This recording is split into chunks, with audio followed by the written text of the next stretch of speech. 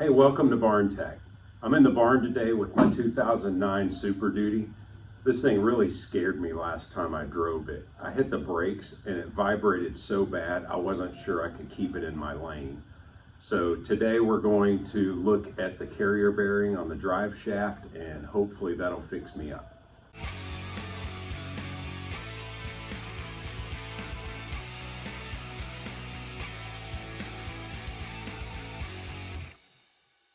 Now, some of you are looking at my ratchet strap and you're wondering if we're related. This was part of an experiment that I did to figure out if I needed a set of traction bars for my truck. My experiment confirmed I absolutely need a set of traction bars to go with this 8-inch lift. Let me get you in here and show you this carrier bearing. Pretty sure that carrier bearing's not supposed to have that much flex in it.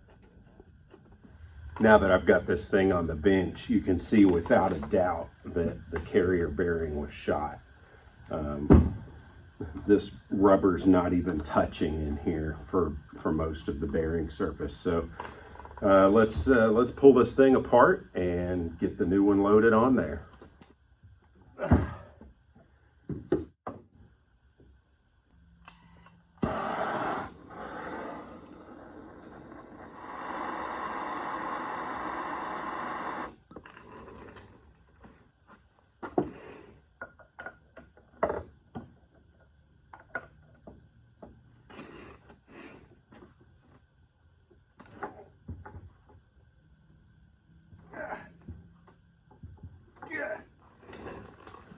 All right, time to pull out the big guns.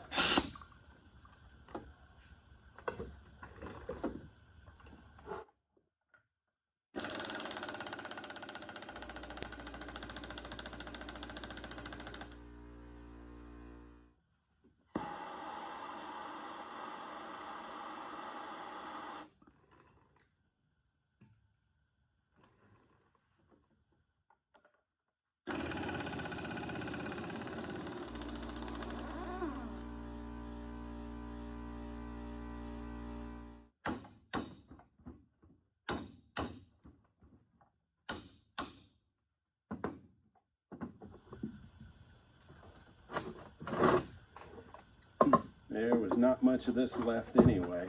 All right, got that out of the way. All right, I ended up finding my razor knife and I cut a lot of the rubber that was around there so that I could get a good grip on metal with my puller here. So we're going to see if my puller is able to get this thing loose, or if I'm going to have to apply some heat or something else to get this thing moving.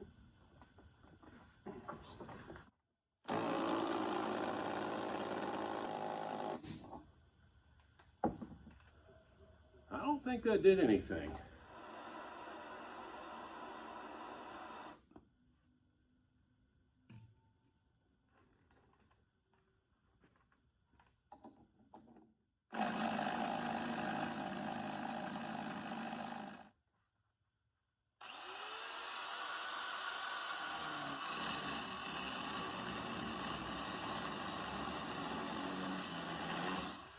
Well, that escalated very quickly. I ended up taking the angle grinder and cutting through most of the bearing. I've just got the race here and I've cut through most of the race now. So I'm going to try to beat on it with this chisel for a little bit, see if I can pop this race off of there, and hopefully this will work.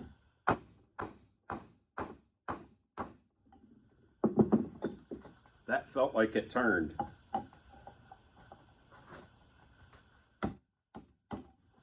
Okay, bearing race is turning.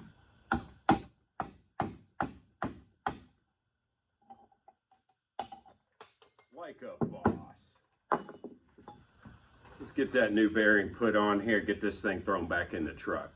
All right, I got a big socket that'll go over these splines without hitting. So we'll get this bearing stuck on there.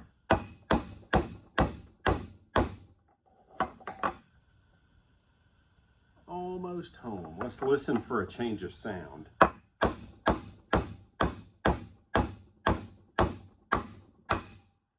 you hear that change of sound? That means the bearing is home.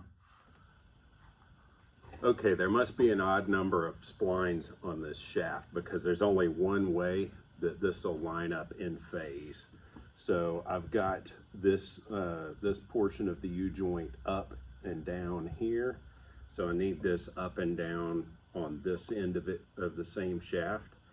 And so if I try to put this piece on upside down, it's going to be off just a little bit in one direction or the other. So I know this is the way that it has to be to get that lined up in phase. All right, in the end, what I ended up doing was putting a couple of drops of red Loctite on the shaft, and then I set the nut on this fire brick, heated the nut with the torch, started it threaded on there, and then used my air impact until it got all the way down, and I could hear a difference in the tone when it finally bottomed out there. So I know that was home. Put a couple more drops of red Loctite on the threads here. I don't think this thing is ever coming off. So got my new carrier bearing on here. Now I need to just stick the drive shaft back in the truck. You know, as I was thinking today about some of the crazy stuff going on in the world, even seeing persecution of Christians here in America, I thought about when Jesus said, "In this world you will have trouble, but take heart, for I've overcome the world." All right, time for a test drive. Let's go see what happens.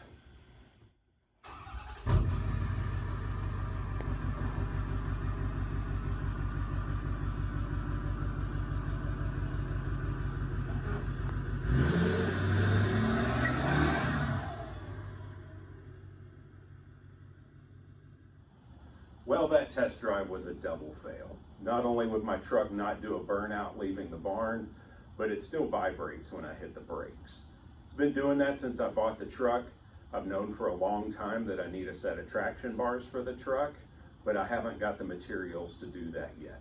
Be looking for that in an upcoming video.